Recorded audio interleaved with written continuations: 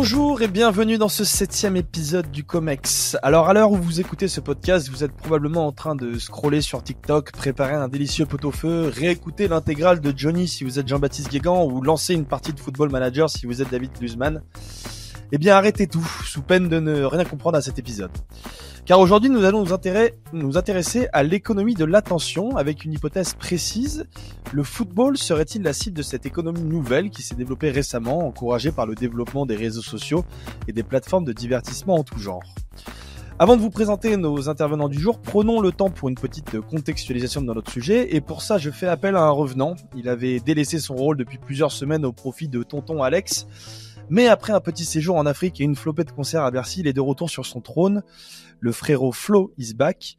Flo, concrètement, moi, j'y connais rien à l'économie de l'attention. Est-ce que tu peux m'expliquer un petit peu ce que c'est? Je vais commencer par une petite définition. Alors, officiellement, le concept de l'économie de l'attention est né au début des années 70 par les mots d'Herbert Simon, futur prix Nobel d'économie, et qui décrit alors une économie qui a pour but de rendre la publicité, mais aussi la propagande plus efficace face à la profusion d'informations, avec notamment l'émergence dans les années 70 de la télévision, venue concurrencer les journaux et radios. Cette économie de l'attention désigne ainsi la nécessité de concevoir et développer des systèmes pour allouer efficacement l'attention face à l'explosion du nombre de canaux de communication. L'enjeu central de l'économie de l'attention est ainsi la captation à la fois économique, sociale, politique, mais aussi éthique et esthétique des attentions des utilisateurs ou consommateurs. Est-ce que tu peux me résumer ça de manière un peu plus simple? Ouais, alors pour faire beaucoup plus simple... C'est la ménagère de moins de 55 ans, enfin c'est ça, ou de plus de 45 ans. Exactement, pour faire beaucoup plus simple, c'est ça David, l'économie de l'attention, c'est tout simplement transformer l'attention, le temps, la conscience ou l'esprit des individus en une sorte de ressource exploitable qui se marchande, c'est-à-dire tout simplement vendre du temps de cerveau humain disponible. Et aujourd'hui, du coup, on parle de quoi exactement? Aujourd'hui, c'est évidemment avec l'émergence et l'explosion du numérique que l'économie de l'attention est devenue la base de différents modèles économiques. Avec pour objectif simple de capter les consommateurs sur les écrans, les plateformes, les réseaux sociaux, le tout pour mieux faire de l'argent sur notre attention par le biais de pubs ultra ciblées ou voire en convertissant cela en acte d'achat. Mais problème, c'est justement en train de devenir un problème de société. Car l'explosion des plateformes, des réseaux sociaux, des écrans a permis à des géants du numérique d'émerger et d'exploser avec pour but de nous rendre toujours plus accros. Avec par exemple plus de 720 000 heures de vidéos nouvelles chaque jour sur YouTube, 3,5 millions de snaps quotidiens ou plus de 500 millions de stories Instagram. Mais aussi des notifications nous ramenant sans cesse à notre téléphone ou des vidéos qui sont recommandées à l'ouverture d'une plateforme numérique comme YouTube ou Netflix ou bien d'un autre réseau social. Résultat, une impossibilité de se concentrer durablement sur un sujet unique plus de quelques secondes sans passer à autre chose. Bref, une intoxication numérique dénoncée mais dont certains États se servent parfois à la place d'entreprises privées, comme l'État chinois qui diffuse une version plus éducative de TikTok bien différente sur son territoire donc que la version cynique et addictive utilisée partout ailleurs. C'est ainsi qu'aujourd'hui, plus de 3/4 des adolescents consultent leur téléphone moins de toutes les 10 minutes. Et donc, quel lien avec le football aujourd'hui? Les impacts sur le foot sont évidemment multiples. En premier lieu, évidemment, une question, comment maintenir des consommateurs et notamment les plus jeunes 90 minutes devant un match? Un problème qui ne se pose évidemment pas uniquement au football, mais qui met en danger le modèle actuel du sport. Certaines enquêtes avancent même que les 16-24 ans sont désormais la catégorie d'âge qui s'intéresse le moins au ballon rond, avec seulement 28% de fans. Mais pire, dans une société abreuvée de contenus courts et face à une multiplication des choix de consommation, le foot ne semble pas prêt à s'adapter. La rareté de l'événement, du gros match censé venir enjailler les feuilletons hebdomadaires que sont les championnats nationaux, les grandes instances du foot semblent privilégier une voie différente de la FIFA à l'UEFA en passant par A22. Le tout en élargissant toujours plus des formules des grandes compétitions pour mieux masquer la baisse des audiences moyennes et donc des revenus de nos clubs, ou en choisissant des médias très traditionnels sans réellement prendre finalement en considération un potentiel changement de consommation. Eh bien, merci beaucoup pour cette introduction, Flo. Et évidemment, nous ne sommes pas seuls ce soir avec Flo. On est évidemment accompagné de 3 membres du Comex pour ce 7e épisode. Et pour cette année 2025, il a pris des bonnes résolutions, faire des vidéos Insta à foison, apprendre à faire le site, lire des bouquins de sociologie et surtout arrêter de s'auto-présenter comme un extrême centriste.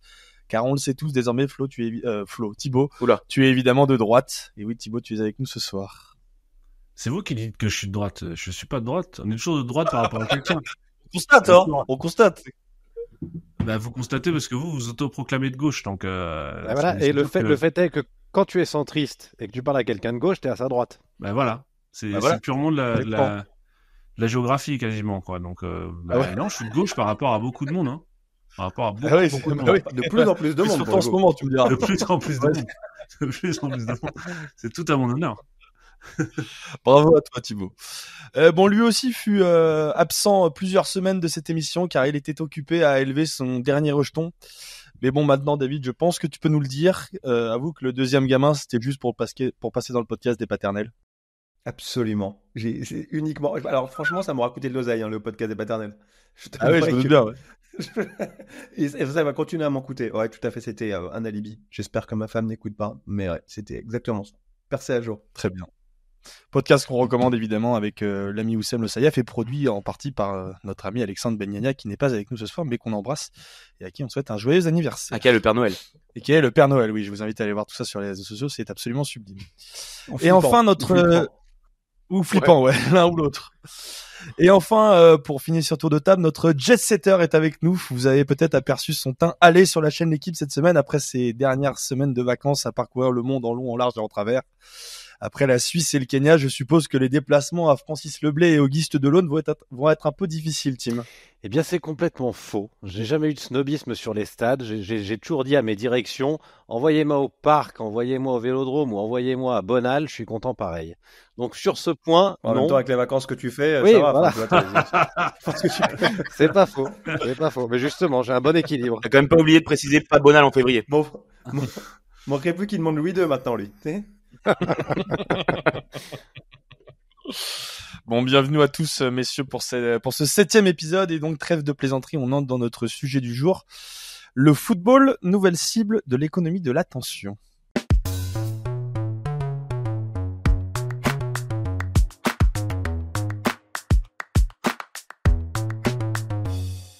Et pour commencer cet épisode, je vais me tourner vers notre philosophe de formation, celui qui voulait introduire ses propos avec un bouquin qui t'a particulièrement plu ces dernières semaines.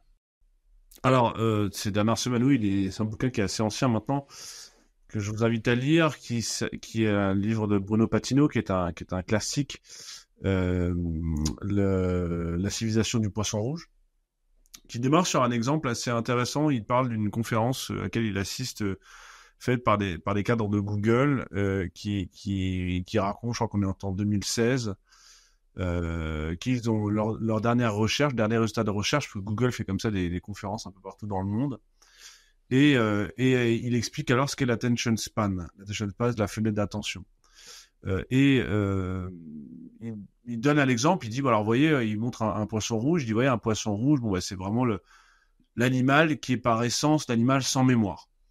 D'ailleurs, c'est même devenu une expression, c'est une mémoire de poisson rouge, c'est l'absence de mémoire, la mémoire très, très peu durable, au point même que certains disent que si le poisson rouge fait des tours dans le bocal, c'est juste parce qu'il a oublié, en fait, que de chaque côté, il y avait pas d'issue. C'est pour ça qu'il faisait des allers-retours. Bon, il y a d'autres qui ont dit aussi que le poisson rouge souffrait beaucoup, donc souffrait d'anxiété, etc. Bon, on va pas ouvrir la polémique. On va rester sur cet exemple. Nous vivons des temps un peu confus sur ces sujets-là, donc je préfère être prudent. Le poisson rouge n'aurait pas donc de mémoire, et être taxé de mémoire de poisson rouge n'est pas vraiment un compliment. Donc, il mesure justement la durée d'attention de ce poisson rouge. Ils arrivent à la conclusion que le poisson rouge a donc une durée d'attention de 9 secondes. Ça veut dire que chaque 9 secondes, son cerveau redémarre à zéro. Formidable vie. On pourrait écrire des textes fabuleux sur la mémoire de poisson rouge. Il y a d'ailleurs des textes de Nietzsche sur les sur les moutons et sur l'homme qui a envie, en fait, le mouton, parce que le mouton rumine et il oublie. C'est cette faculté d'oubli qu'ont les animaux. Bref, je vais faire la parenthèse. Bien, on a mesuré aussi la même capacité chez les humains. Et la grande surprise de cette conférence, et c'est un peu les premières pages du bouquin de Patino, c'est que le temps d'attention du cerveau humain, c'est-à-dire vraiment la capacité qu'a à retenir son attention sur un seul objet sans qu'il y ait de stimulus nouveau, pour un humain, est de 8 secondes. C'est-à-dire 1 seconde de moins que le poisson rouge. Donc on a beau jeu de se moquer de ce brave poisson. Finalement, la mémoire humaine n'est pas beaucoup plus efficace que la mémoire du poisson rouge. En tout cas, sa capacité d'attention est assez réduite. Certaines études plus récentes tentent à montrer également que chez la génération Z, pardon Val et pardon Flo, on est des millennials comme toi, Thibaut, je te rappelle. Hein. Je sais, oui, mais vous êtes limite. Idéologiquement, vous êtes génération Z. Idéologiquement, très clairement. Même si vous appartenez un peu encore aux millennials, vous êtes clairement pas de notre monde, vous êtes du monde qui arrive. Mais tant mieux pour vous. La génération Z, son temps d'attention serait, lui, de 5 secondes en moyenne, c'est-à-dire encore plus bas que le poisson rouge, et plus bas que nous autres les humains, les millennials. Donc, qu'est-ce que ça veut dire, ça? Ça veut dire que l'enjeu de l'attention est évidemment un enjeu de société. Pourquoi? Parce que qu'est-ce que c'est que l'attention? Tout ça, on a des exemples, on parle de temps de cerveau disponible, tout ça est un peu confus. Qu'est-ce que c'est que, à strictement parler, l'attention? L'attention, c'est une capacité à fixer sa conscience sur un objet. C'est une capacité à être disponible pour un objet. Et c'est la différence avec la concentration, par exemple. La concentration est quelque chose de quasiment musculaire. La concentration est un effort, c'est quelque chose qui demande un effort cognitif mental. L'attention ne demande pas un effort cognitif mental. L'attention, c'est l'inverse. Elle demande l'effort de déconnecter en quelque sorte. L'effort d'être disponible, de rendre son esprit disponible. L'attention, c'est pas non plus la perception. La perception, qu'est-ce que c'est? La perception, c'est l'ensemble du contenu, le contenu que nous donnent nos sens. Hein. C'est ce qu'on entend, ce qu'on sent, ce qu'on voit. C'est toutes ces informations qui nous arrivent sans même qu'on en ait conscience. Parenthèse, vous connaissez l'effet cocktail. L'effet cocktail, c'est... Ça dépend lequel, quoi. Pardon? Ça dépend lequel, le cocktail, mais on connaît un peu les effets, ouais.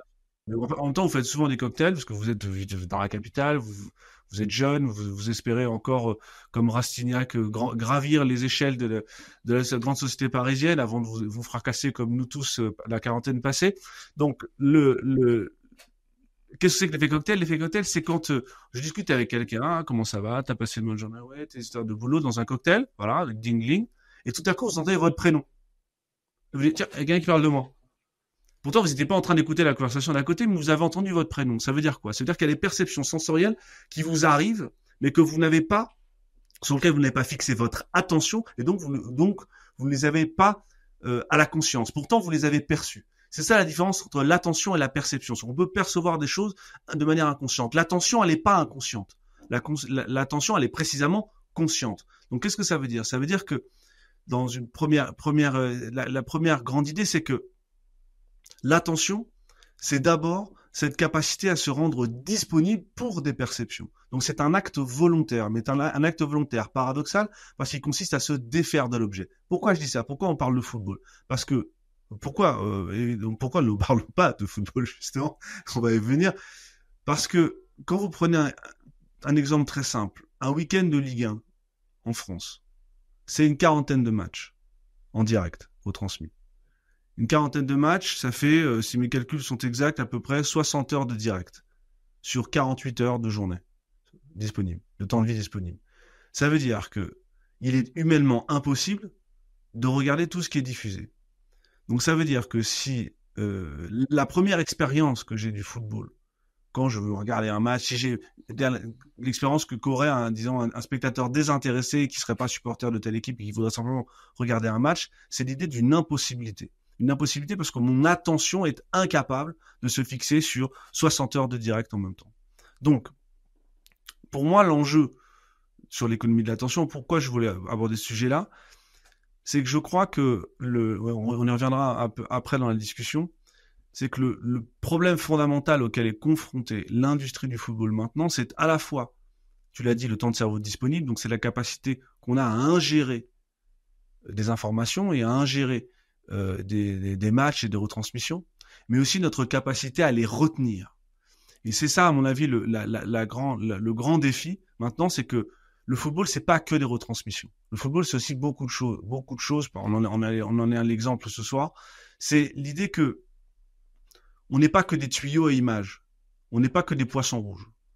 Il y a une différence entre la mémoire de poisson rouge de l'homme, la mémoire de l'homme et la mémoire du poisson rouge. C'est que la mémoire de l'homme, elle retient ce que ne fait pas le poisson rouge. Et que comment elle fait pour le retenir? Eh bien, pour le retenir, elle est attentive, c'est-à-dire qu'elle s'arrête. Faire attention au football, c'est précisément s'arrêter, se rendre disponible pour lui. Comment s'arrêter? Comment se rendre disponible? Comment interrompre le flux insensé et ininterrompu d'images desquelles on nous abreuve? Ce sera le sujet de mon intervention tout à l'heure. Oui, on reviendra justement sur des cas un petit peu plus pratiques. Mais justement, pour répondre un petit peu à cette question, je vais donner la parole à David qui, lui, voulait s'intéresser à la question du récit dans la production du football.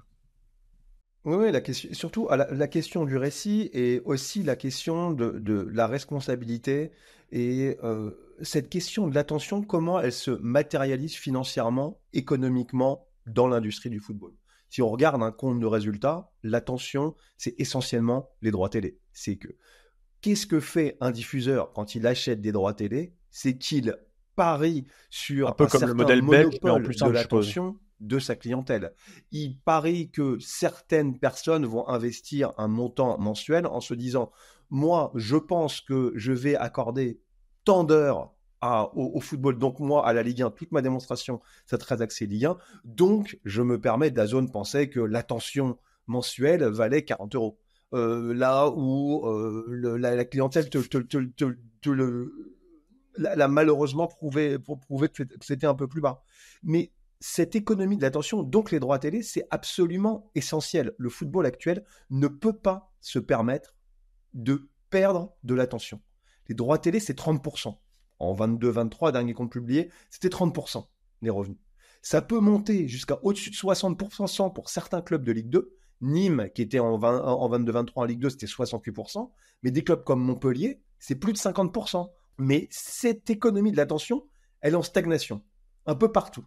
Les droits télé, on peut dire que c'est essentiellement les droits télé internationaux qui augmentent, mais les droits télé domestiques, partout, quasiment partout, c'est en stagnation. Il y a une grosse période de 2003 à 2018, ça a été prouvé par le CES, d'explosion des droits télé, mais depuis, c'est en stagnation. Donc ça pose un vrai problème pour la Ligue 1, c'est que la Ligue 1 ne peut pas se reposer sur ce qu'on appelle un trend, une tendance de marché générale, en se disant l'économie des droits télé du football en général est en explosion, donc par ricochet, nous allons en profiter. Elle va devoir prendre ses responsabilités. Et elle va devoir chercher à se différencier des autres, et donc notamment des autres pays, pour justement capter cette attention. Et cette obligation, cette nécessité de différenciation est encore plus prégnante que si on regarde le montant des droits télé, donc du chiffrage de l'économie d'attention, le train est déjà parti. Pour aller chercher la Première Ligue, l'Espagne, l'Allemagne, l'Italie, qui sont tous en rajoutant les droits domestiques au-dessus du milliard, ce train est déjà parti. C'est-à-dire qu'il va falloir prendre ses responsabilités. Et ces responsabilités, elles sont à deux niveaux. La première responsabilité, c'est la responsabilité du fabricant. C'est la responsabilité du produit. C'est la responsabilité de la Ligue. Pourquoi la Ligue doit absolument complètement repenser son produit pour capter l'attention? On l'a dit, il faut proposer un produit absolument unique, un produit qui se démarque.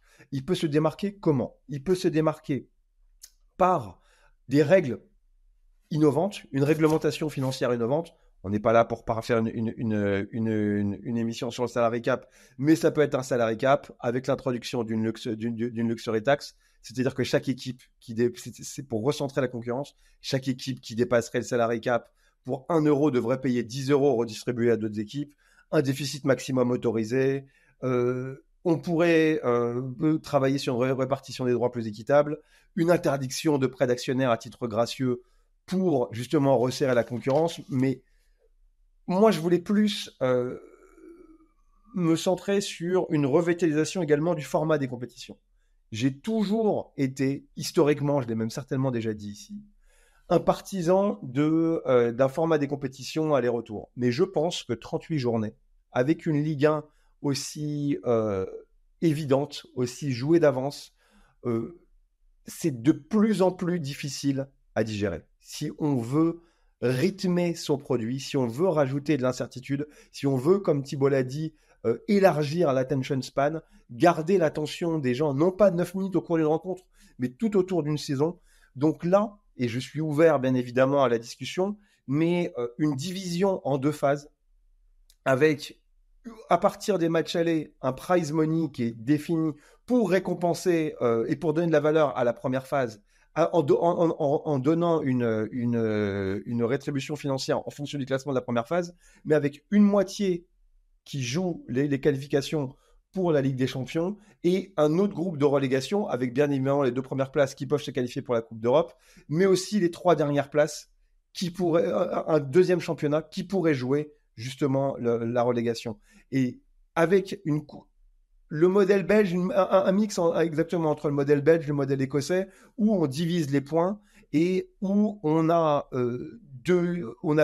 sort un peu de ce ventre mou et justement en fait on marque une pause dans la saison et on rajoute une deuxième phase avec plus de matchs pas à élimination directe mais de matchs charnières. Et je sais que Thibaut est fan de cette notion de compétir, c'est-à-dire que d'avoir de plus en plus de compétitions, de plus en plus d'enjeux.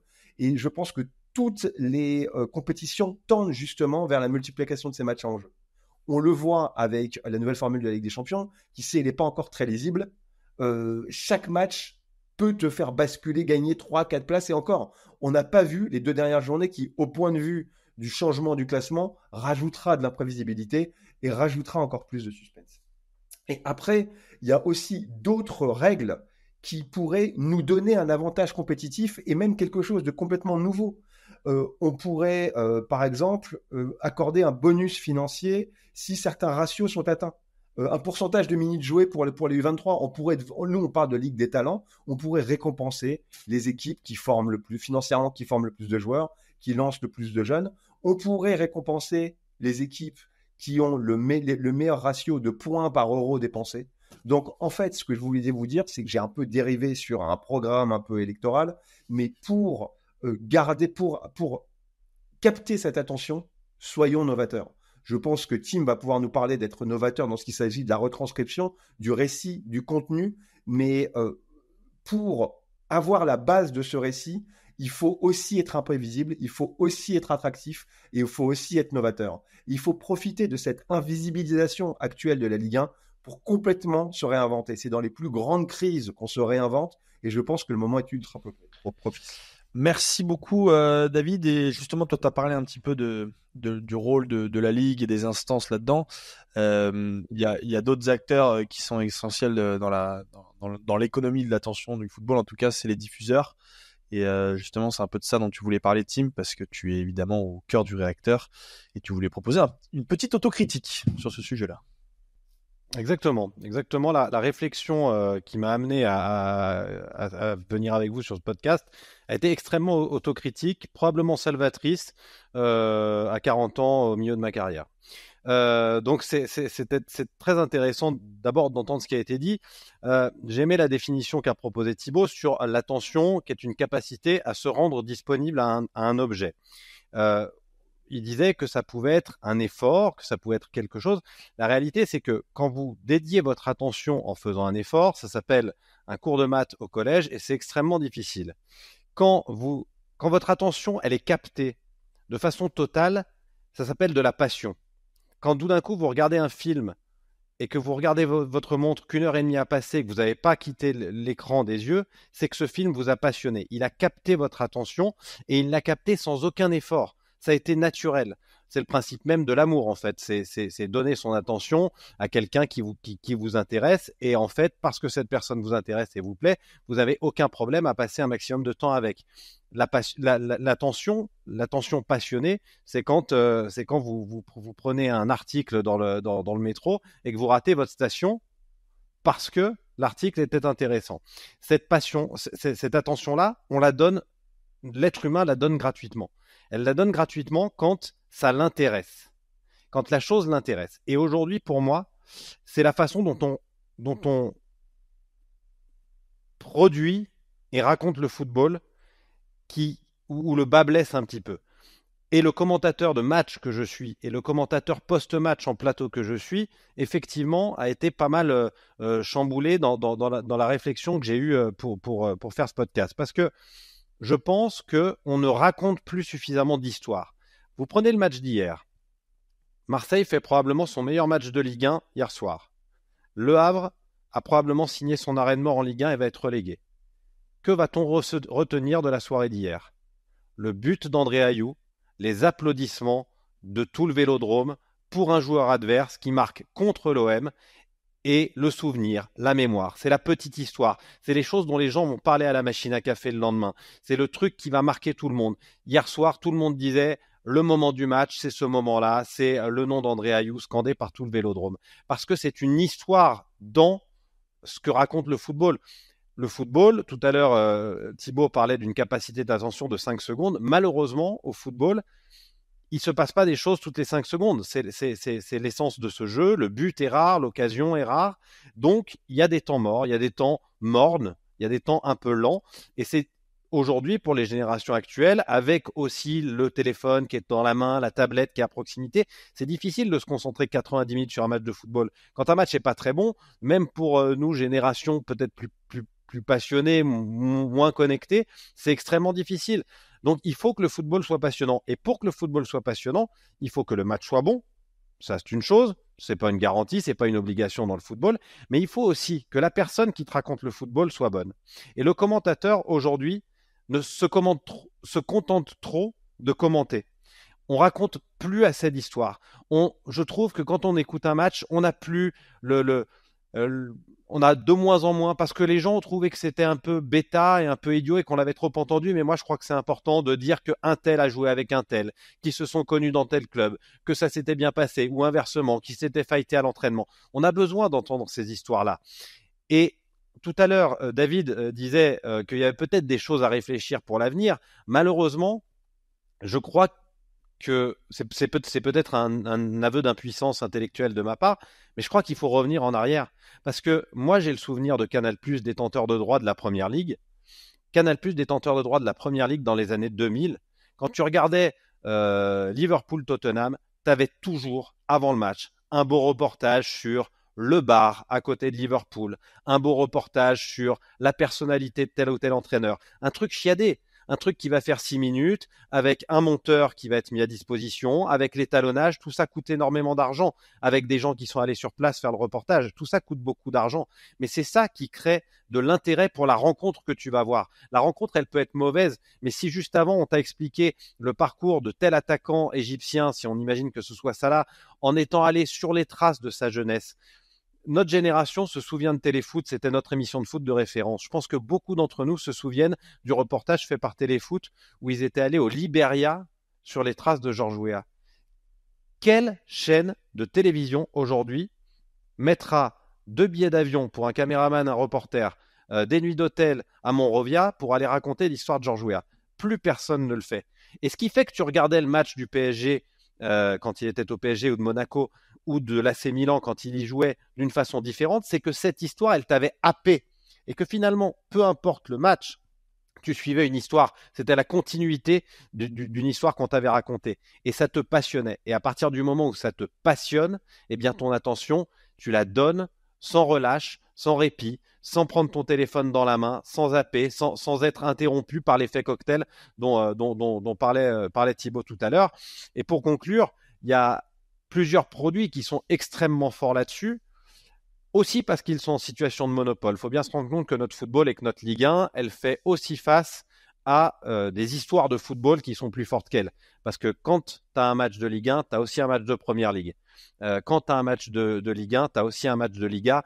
Et parfois, ce football-là est meilleur. Mais au-delà de ça, si on prend la NBA, par exemple, la NBA, ils ont un avantage qui est énorme, c'est qu'ils sont en situation de monopole.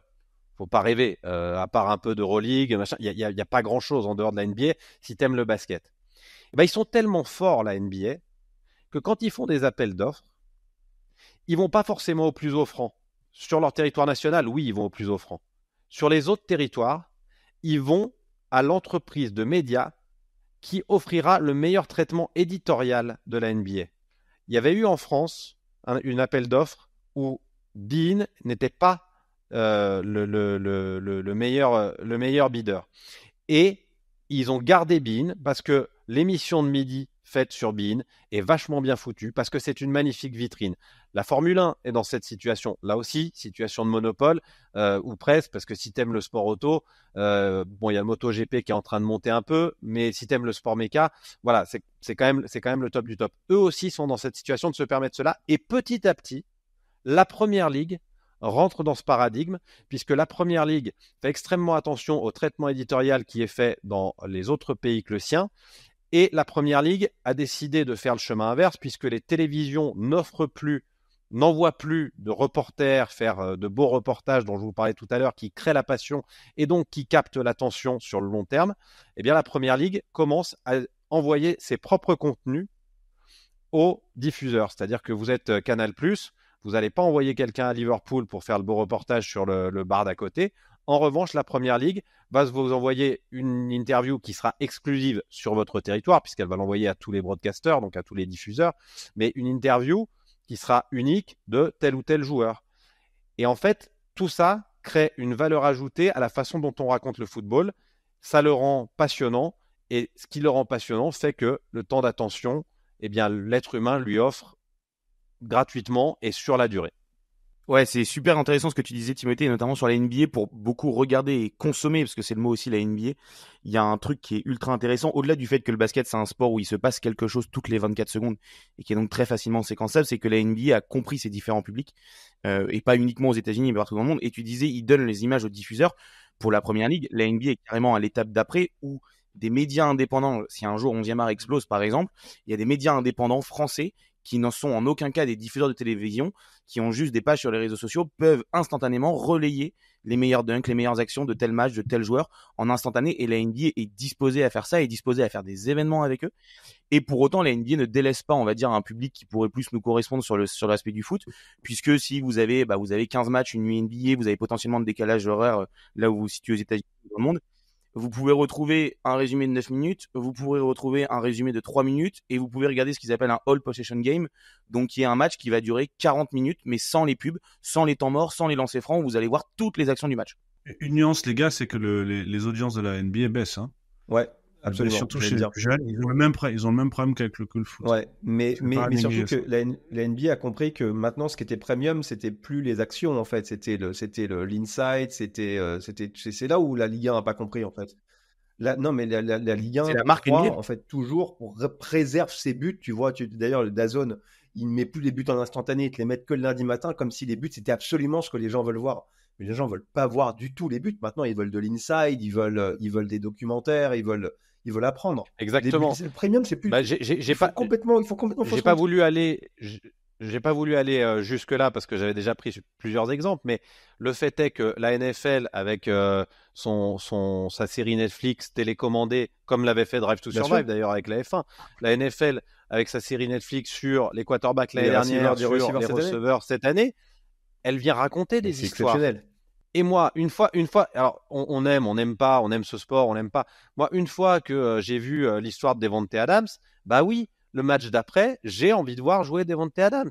Et j'ai envie de regarder. Et peu importe si le match est bon ou pas bon, je vais suivre. Je me suis attaché à quelqu'un. Donc je me suis passionné pour quelqu'un. Et donc mon attention, je la lui donne. Et à ce moment-là, tu peux me bourrer, puisqu'on est là pour parler d'économie de l'attention, tu peux me bourrer de pubs, tu peux me bourrer de bandeaux avec marqué achète des M&M's. Ça veut pas dire que je vais le faire, mais à ce moment-là, mon attention, tu l'as. Moi, ça m'a fait le même effet quand j'ai regardé de reportage de Pascal Pro sur les Blacks qui descendent de l'arbre à Nantes. J'ai complètement été scotché. Voilà, c'était la recommandation culturelle de David Glusman. Ça a dérapé, merci, ça a dérapé. Voilà. Bon, messieurs, après cette magnifique intervention de David, je propose qu'on prenne un petit temps de pause avant de basculer dans notre discussion.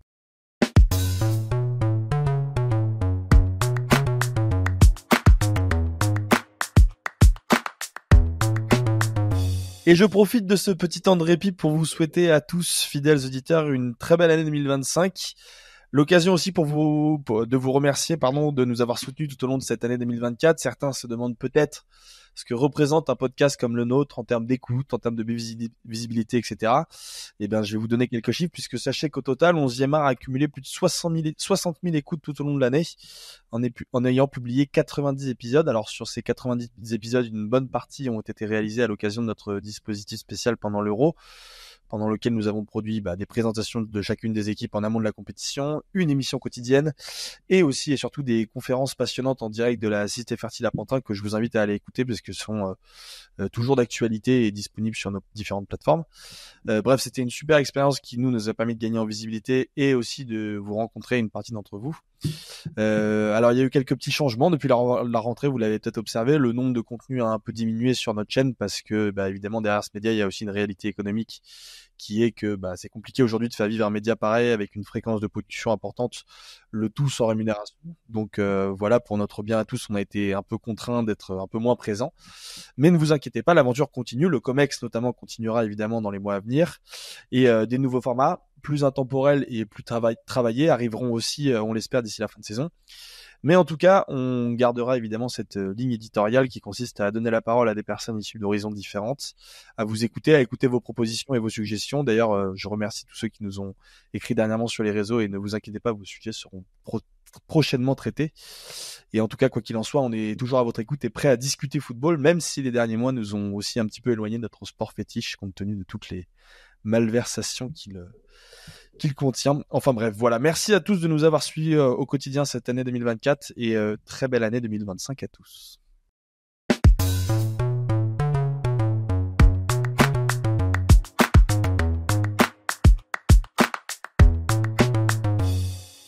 Messieurs, la deuxième partie de notre émission axée autour de la discussion que vous avez déjà un petit peu commencé dans cette fin de première partie. Avant ça, je me permets quand même de redonner la parole à Flo qui nous a préparé un petit résumé de tout ce qui a été dit dans la première. Et oui, on a commencé avec Thibaut. Tu as évoqué ton aquariophilie, probablement développée au bord d'une pisciculture axonaise, mais plus sérieusement, au travers du poisson rouge, tu nous as appris que notre attention est désormais d'une seconde inférieure à celle du poisson rouge. L'enjeu pour toi est donc de renouveler l'attention et dans ce contexte, le foot est un peu le nouveau terrain d'exploration avec l'introduction de nouveaux gadgets, notamment sur la retransmission. Et la priorité doit désormais pour toi se porter sur le besoin de prendre soin du football en portant pas uniquement l'attention sur le trop-plein de matchs, mais aussi sur son histoire et les histoires, tout en se mettant évidemment à disposition du football de manière plus qualitative. David, à tes yeux, il est essentiel de capter l'attention car c'est économiquement vital tout simplement puisque 30% des revenus des clubs viennent des droits télévision qui, de par la baisse d'attention et l'ultra-concurrence, sont en chute libre dans certains pays comme la France. Alors pour maintenir cette attention, tu insistes sur la problématique de créer un produit unique et premium en mettant l'accent sur un renouvellement du format des compétitions et notamment des championnats domestiques avec moins de matchs et plus d'enjeux aussi bien sportifs qu'économiques. Timothée, enfin de ton côté, tu soulignes tout d'abord combien le foot a toujours fait partie de l'économie de l'attention, mais tu es aussi venu faire l'autocritique de ta profession et des médias traditionnels. Pour toi, l'enjeu principal est que pour capter l'attention, il faut passionner les gens avant tout. Et c'est selon toi le premier problème à tes yeux, on ne raconte plus d'histoire dans notre football et a fortiori en France. Car le football est un match où il ne se passe pas une chose toutes les 10 secondes comme dans d'autres disciplines, et il est à tes yeux primordial de ne pas simplement commenter mais de raconter comme le faisait très bien Canal+ à une époque. Et tu conclus ainsi en nous disant que nous avons finalement troqué la passion contre le flux, contrairement à ce que fait actuellement la NBA. Merci beaucoup Flo pour ce résumé très synthétique et très pertinent. Je me retourne vers toi Thibaut, tu as avancé pas mal d'éléments assez théoriques dans cette première partie. Tu aurais quelques exemples à nous donner ou des cas pratiques pour justement améliorer l'attention du football aujourd'hui. Très concrètement, comme diraient les hommes politiques, la question qu'on se pose, c'est comment attirer l'attention. Vous avez deux moyens. J'ai identifié deux méthodes qui reviennent un peu à la conversation qu'on vient d'avoir. La première en captant l'attention. Et ça, c'est la discussion qu'on vient d'avoir. C'est la stratégie Vincent Labrune, c'est-à-dire, il l'a dit lui-même, intéresser, alors dans un français toujours un peu approximatif, intéresser les gens 24 heures sur 24, on veut de la Ligue 1 tout le temps. Voilà. En gros, c'était pas très conceptuel, mais vous avez compris l'idée. De toute façon, il n'y en a qu'une, donc ça va assez vite. C'est l'idée de saturer l'espace, en réalité, saturer l'espace médiatique, saturer l'espace cognitif aussi de Ligue 1.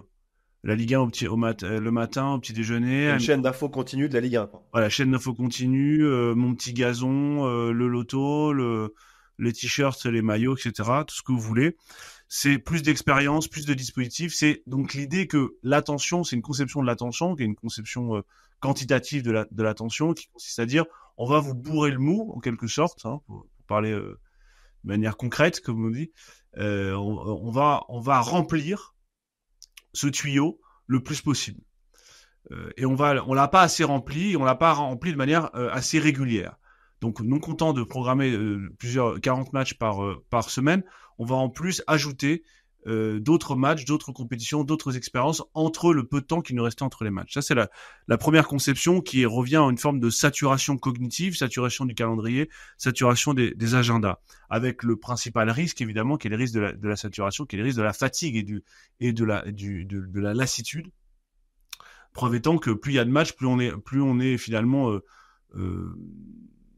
gavé, comme on dit en français. Plus il y a de matchs, moins on en retient. Donc c'est un peu paradoxal comme stratégie parce que l'expérience prouve que plus on met de matchs, moins il y a de spectateurs en réalité. Deuxième stratégie, qui serait, à mon avis, qui est plutôt la mienne, qui est celle non pas de considérer l'attention de manière quantitative, c'est-à-dire en temps de cerveau disponible, en fenêtre d'attention, mais en tant que ressource à cultiver. C'est-à-dire, qu'est-ce que j'entends par là ? L'attention, elle peut être cultivée à partir de sa durabilité. J'ai abordé le sujet tout à l'heure. Ça veut dire quoi ? Ça veut dire qu'il faut revenir au sens premier de l'attention, qui est l'attente. Et l'attente, c'est quoi ? C'est deux éléments très simples. C'est un objet, donc le football, c'est facile, on le sait, et c'est du temps. Ça veut dire quoi ? Ça veut dire que, à mon sens, cultiver l'attention, c'est ne pas ajouter plus de retransmission, pas ajouter plus d'expérience, c'est plutôt en retirer. C'est cultiver une forme de rareté, d'attente, de patience, pour qu'on puisse, tu l'as dit, la patience et la passion, ça se ressemble. C'est l'idée que on est capable d'être en attente de quelque chose. Et pour être en attente de quelque chose, il y a un texte de Roland Barthes célèbre qui dit quand j'attends, ça veut dire que j'aime. Aimer, c'est attendre. C'est l'idée que ça ne fonctionne que parce que j'ai attendu que ça m'arrive. Là, on n'a plus le temps d'attendre les matchs, on n'a plus le temps de les guetter dans le calendrier. À mon avis, c'est le mal principal. Concrètement, encore plus concrètement, ça veut dire quoi ? Pour moi, ça veut dire deux axes. C'est pas renoncer au changement de format, je pense que je suis d'accord avec David là-dessus. Je pense qu'il faut qu'il y ait une vraie réflexion sur le format avec un mot d'ordre qui doit être l'intensité. Mais c'est à la fois l'intensité des compétitions, mais aussi l'intensité des retransmissions. C'est-à-dire que ce qu'on voit, il faut que ça nous marque. Il faut qu'on en prenne plein les yeux. Il faut que là, pour le coup, notre attention soit comblée, qu'on n'ait pas le temps de lâcher nos téléphones, ou éventuellement qu'on le fasse, mais pour en parler. C'est l'idée d'accentuer l'intensité. Et ça, c'est un registre qui est assez présent. On le voit dans les systèmes de jeu, notamment. L'intensité est maintenant omniprésente dans les matchs. Donc, c'est quelque chose qui est plutôt, à mon sens, une évolution positive.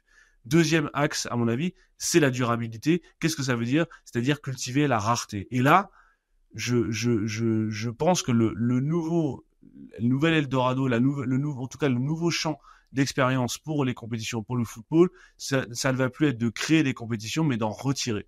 De retirer un certain nombre de matchs, de ménager. Rappelez-vous les interviews de Mbappé, la fameuse interview à Moulay Dachour, et je crois qu'il y a un autre joueur qui a parlé du repos. Oui, c'est Jules Koundé. Il faut que les joueurs se reposent. Rodri. Voilà, Koundé, Rodri. Un autre après Mbappé qui a parlé de ça. Je crois que je sais pas si c'est pas Varane d'ailleurs. C'est l'enjeu du repos. En tout cas, on a fait une émission là-dessus. Voilà, c'est l'idée du repos. Mais du repos pour les joueurs, mais du repos aussi pour les spectateurs. Parce que quand on se repose, qu'est-ce qu'on fait quand on se repose ?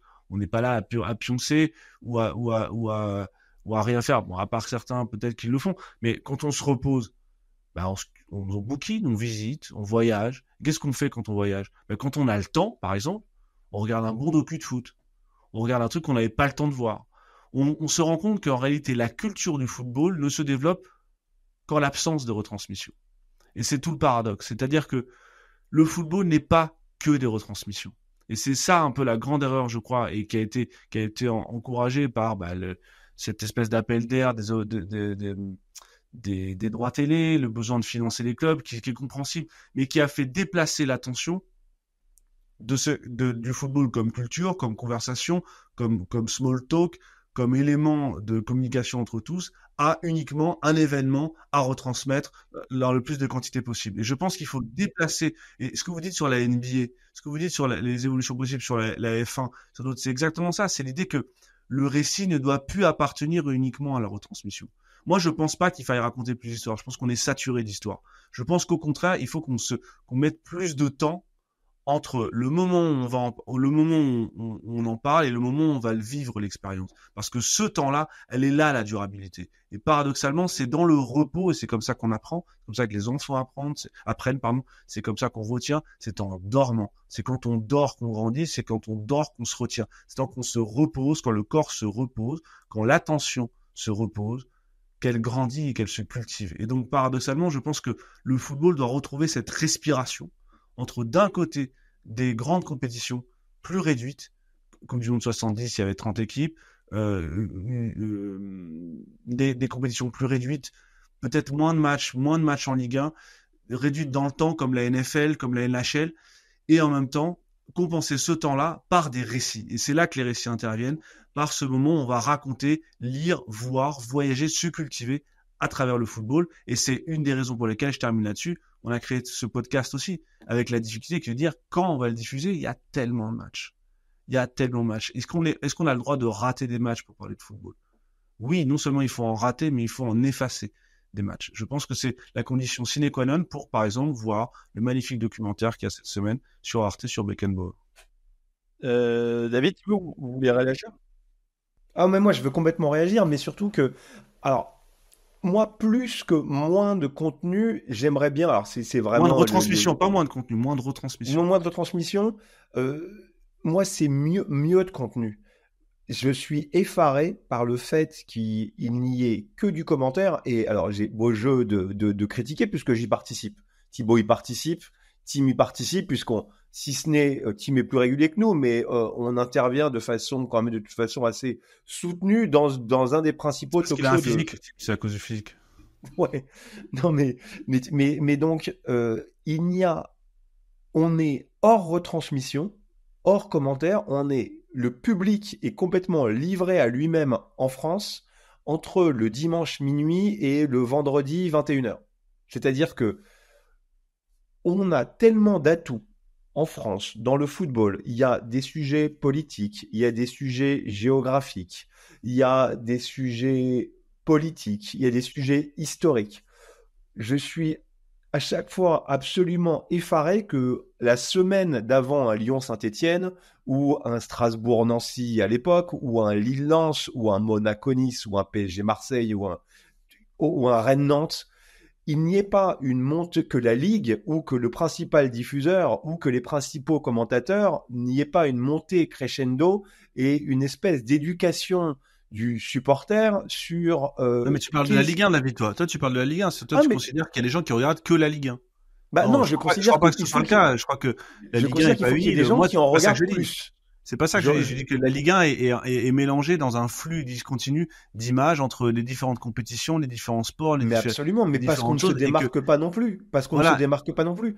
On a des réserves. Mais que la Ligue 1 est prisonnière des fenêtres qu'elle a, qui sont les matchs, et il faut absolument tout diffuser, et qu'au final, on le voit bien, nous, dans nos métiers, on voit bien que, pourquoi on fait plus les reportages? Moi, j'en ai fait les reportages, je les faisais en Espagne pour Canal et tout.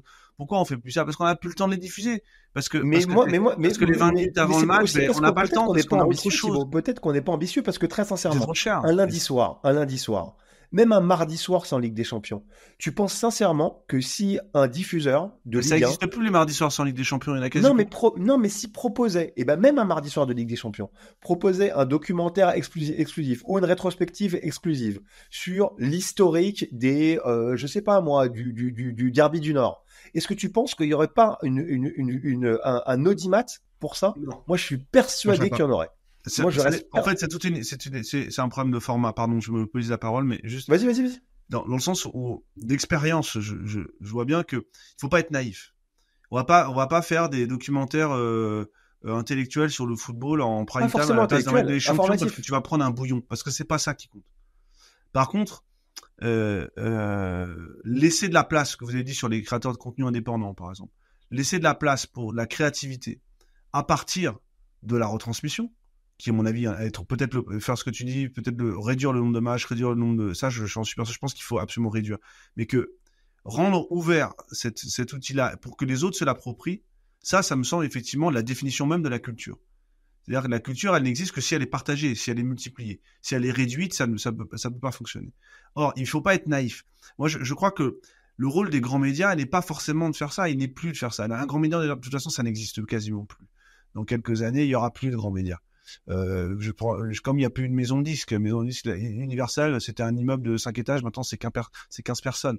Donc c'est des choses qui vont disparaître et qui vont être remplacées par des niches, par des médias de niche comme nous, par d'autres, des médias plus petits avec moins de coûts, mais qui vont pouvoir faire ce qu'on peut pas faire à grande échelle. Par contre, il faut absolument pas renoncer à ça. Je crois que si on laisse pas la place pour ça, le football, si la branche sur laquelle il est assis, en multipliant les matchs, il réduit la possibilité culturelle et donc la durabilité et donc l'attention. Et donc, il détruit le produit qu'il est en train d'essayer de mettre en valeur. Ce que moi, je dis, c'est que pour mettre en valeur le produit, il faut qu'il soit beaucoup plus rare. Il faut qu'il soit beaucoup plus difficile. Pas difficile, mais beaucoup plus, qu'on l'attende beaucoup plus. Et ce que tu dis sur la Ligue 1, oui, d'accord, on peut faire des reportages sur le derby de Saint-Etienne, le derby de Saint-Etienne-Lyon. Ok, on en a fait 50 000. On les a vus 50 000 fois. Et si on a arrêté de le faire, c'est qu'il y a une raison aussi. C'est que ça coûte cher et que ça coûte cher par rapport à l'audience que tu vas faire. Parce que c'est pas une audience prime time, c'est pas une audience. Vas-y, excuse-moi. C'est là où j'interviens sur, par exemple, le truc Saint-Etienne-Lyon. Pourquoi on a arrêté de le faire? On pourrait aussi penser parce que on a tout dit sur le derby. On pourrait penser ça. La vérité, c'est que c'est pas tout à fait le cas. Sur la raréfaction des matchs pour augmenter l'attente, pour augmenter la patience, pour augmenter la passion, on est, nous, génération, on est la preuve de ça, parce qu'on se souvient presque de tous les matchs qu'on a vus gamin, alors qu'on se souvient plus du match qu'on a vu la semaine dernière, ou des 5 ou 6 matchs. Parce qu'on n'avait pas le choix, Tim. On n'avait pas le choix. Mais oui, parce qu'on n'avait pas le choix, parce que moi, j'avais pas la télé, j'allais au stade, donc c'était une fois toutes les 2 semaines. Effectivement, il y avait c'était rare, je devais patienter et je me souvenais de tout ce qui s'était passé. Et puis petit à petit, j'ai vu plus de matchs, j'ai aussi fait mon métier et il m'arrive parfois de pas me souvenir où j'étais la semaine précédente. Simplement, la raréfaction des matchs, c'est-à-dire un retour en arrière, je suis totalement d'accord, mais je pense que c'est totalement illusoire. Se battre contre le fait d'arrêter d'augmenter, c'est déjà un beau défi.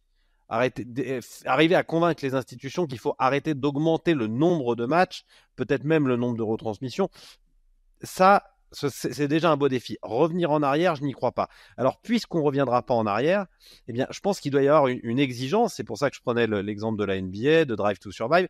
Tu dois avoir une exigence de la part des institutions vis-à-vis des médias en leur disant, on vous donne un produit, on veut pas que des tuyaux, on veut pas que du flux.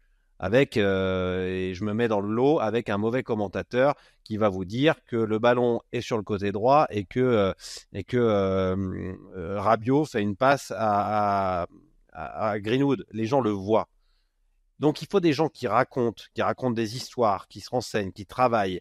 Ça coûte de l'argent, oui, certainement. Alors vends tes droits un peu moins cher à quelqu'un en lui disant, ok, on avait prévu 1 milliard, et ben au lieu d'1 milliard, on te le vend 900, mais les 100 millions, tu as obligation de les investir dans du reportage. Mais ça passe aussi, puisque ces institutions, elles ont souvent des rapports qui sont tripartites, voire quadripartites avec si on ajoute les sponsors, elles ont des relations avec les clubs et avec les médias.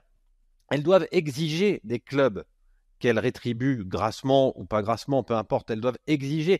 Parce que le problème aussi pour les journalistes, parce que depuis tout à l'heure, je tape sur les journalistes qui font pas suffisamment bien leur travail, et en m'incluant dedans, qui ne peuvent plus raconter autant qu'ils le veulent, c'est que les journalistes, ils ont tous la même conférence de presse, avant match, après match. Tu as de moins en moins de one-to-one, tu as de moins en moins de possibilités d'interview au long cours. Eh bien, les institutions, la Ligue, toutes les institutions qui proposent du football doivent exiger des clubs de leur dire cet argent, on ne vous le donne pas juste pour le flux. On vous le donne aussi pour que vous acceptiez et pour que vous nous ouvriez les portes pour raconter le football. Pour qu'on puisse aller dans l'intimité d'un joueur, parce qu'il y a un mot français pour dire inside, qu'on aille dans l'intimité des joueurs, dans l'intimité des vestiaires, dans l'intimité d'un club. Comprendre ce que fait la cantinière, comprendre ce que fait l'avant-centre, comprendre ce qu'il fait à côté, comprendre le lien qu'il y a entre eux. Et ça, aujourd'hui, ça n'est plus possible parce que les clubs sont devenus parano et que les institutions qui leur donnent de l'argent pour pouvoir diffuser leurs matchs oublient que le football, c'est exactement ce que tu as dit tout à l'heure, ça n'est pas que des matchs, c'est aussi tout le temps qu'il y a entre les matchs. Et ce Tim, temps, les deux documentaires dont toute la France du foot se souvient, c'est À la Clairefontaine et Les yeux dans les bleus. T'as quasiment aucune image de match. Quasiment exactement. aucune. Donc en fait, si tu veux, cette notion d'intimité, tu as cité énormément d'exemples, elle est évidente. Elle est évidente. Et je te dis, je te raconte même pas le nom de la série de Prime m'échappe. All or Arsenal. Nothing. C'est quoi? All or Nothing. All or Nothing. Voilà. All or Nothing. Donc oui, bien, enfin, c'est Il y a évident. ça, mais moi, je me méfie aussi un peu de la tarte à la crème sur la question de l'inside, parce que j'ai toujours un peu l'esprit de contradiction. Chagrin. C'est vous, les esprits chagrins. Non, parce que je trouve ça stimulant quand même. Mais oui, les inside, oui. Mais je crois que ce qui est le plus intéressant quand on parle, par exemple, des Jeux dans les Bleus ou à la Clairefontaine, c'est pas. Alors évidemment, c'est l'accès. Évidemment, l'accès est formidable. Vous pouvez filmer ce que vous voulez. Mais en réalité, c'est du faux inside. Enfin, c'est un peu la magie du cinéma. C'est la magie du montage. C'est la magie de l'auteur, en réalité. C'est Stéphane Meunier, Les Jeux dans les Bleus. On sait rien de ce qui s'est passé en 98, en réalité. On sait ce que nous a montré le film, qui sont des anecdotes. Alors, c'est des anecdotes toujours formidables parce qu'on n'était pas habitués, c'était nouveau. Mais ce qu'on apprend dans les All or Nothing, qu'il faut courir et qu'il faut courir vite pour remporter un ballon, qu'il faut gagner un duel, on n'apprend pas grand chose. En réalité, moi, je crois qu'un des problèmes, et ça revient à ce que vous avez dit, c'est que, et je le sais parce que je l'ai expérimenté, moi, ça. C'est que les joueurs, les clubs n'ont absolument aucune idée de ce que signifie le mot culture. Ils n'ont aucune idée. Pour eux, la culture, c'est simplement un mec qui filme et qui veut faire de l'argent avec. Ça s'arrête là. Ils n'ont aucun rapport avec des auteurs, par exemple, des auteurs de documentaires. Pourquoi ça fonctionne, les dans le bleu? Parce que c'est Stéphane Meunier. Pourquoi? Parce qu'il a les mains libres, il peut faire ce qu'il veut. Alors quasiment, avec les négociations avec Canal, mais il a été très libre de faire ce qu'il voulait. Tu peux pas mettre un auteur de documentaire sur le RC Lens ou sur le PSG, il pourra rien faire. Le film sur Michel Riquet, il a été vu 15 000 fois. Il a été vu 15 000 fois. Et il y a une des raisons. Je termine ça, je te laisse ta parole, Tim. Ce que je veux dire, c'est qu'il faut aussi qu'il y ait un effort. L'effort des clubs soit pas simplement fait sur l'ouverture. Il faut qu'il soit fait aussi sur la partie artistique de leur métier. À savoir comprendre que qu'un artiste peut se saisir d'un objet et qu'il en fait ce qu'il veut. Et c'est la liberté, en réalité.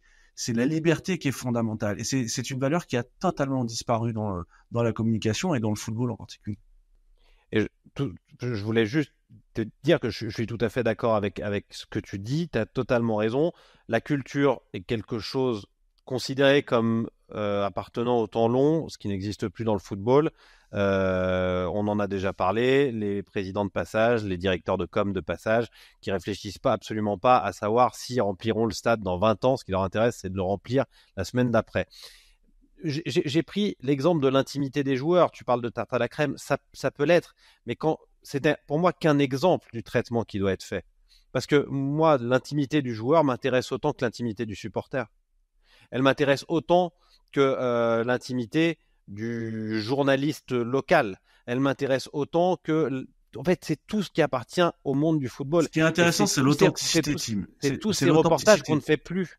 C'est l'authenticité. C'est tous ces reportages qu'on ne fait plus. Qu'on dise quelque chose dans ce reportage, qu'on montre quelque chose qu'on n'a pas vu, qu'on dise quelque chose qu'on n'a jamais dit. Tu vois, c'est pas...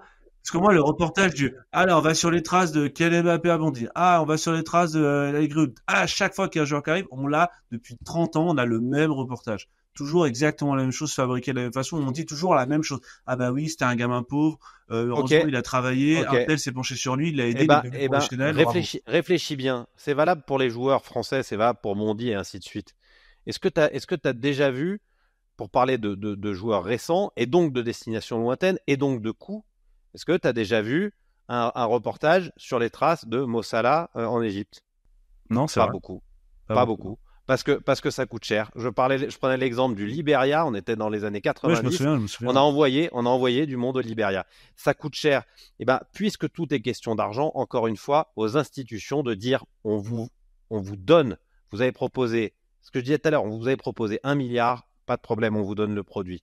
On vous fait une ristourne de 50 millions si vous nous promettez, et on sera très attentif, de le dépenser dans du reportage qualitatif, de l'édito. Ce que fait la NBA, en fait. Téléfoot l'a fait, la s'est mis à le faire aussi parce qu'il avait perdu les droits de diffusion. Il avait perdu les droits, ouais. Et que moi, j'y ai participé, j'étais dedans, et t'avais cette idée-là, c'est tu vas aller où, tu prends une caméra, t'y vas. Il y avait ça parce qu'il y avait de l'argent, parce que TF1, il y a de l'oseille, et cette idée un peu de reportage. Donc ça, il faut aussi défendre ce qui est fait là. Il y a certains reportages de Téléfoot qui, là-dessus, sont un peu dans la tradition de ce que tu dis. Moi, ça fait longtemps, j'aurais pu trop de connaître les gens, un peu, je vois passer des choses qui sont dans la lignée de ce que tu dis. Donc ça, oui, d'accord, mais c'est souvent aussi par défaut. C'est aussi parce qu'ils préféraient avoir des images de match. Moi, je dis, arrêtez d'acheter des images de match. Arrêtez. Ça sert à rien. Thibaut, c'est ce que faisait. C'est des emmerdes, en fait. C'est des emmerdes.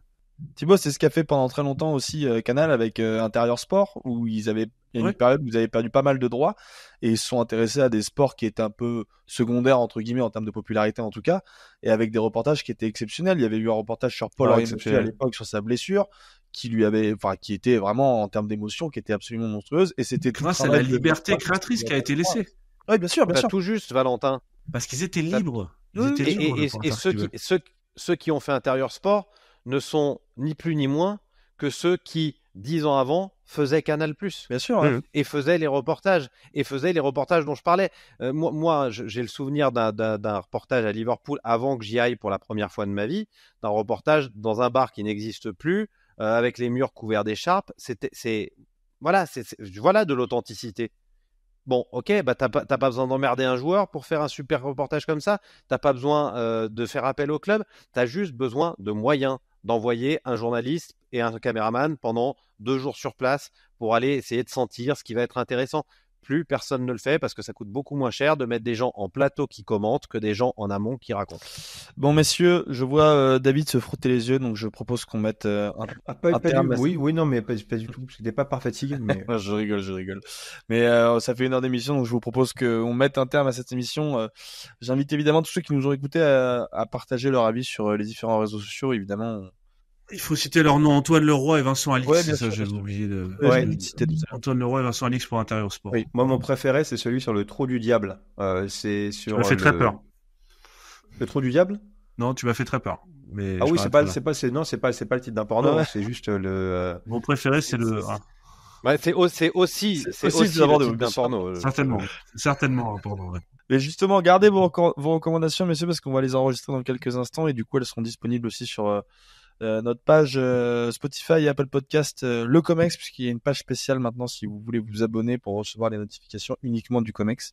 Donc n'hésitez pas à aller vous abonner sur les différentes plateformes, n'hésitez pas à partager vos avis sur cette émission sur les différents réseaux sociaux ou sur YouTube.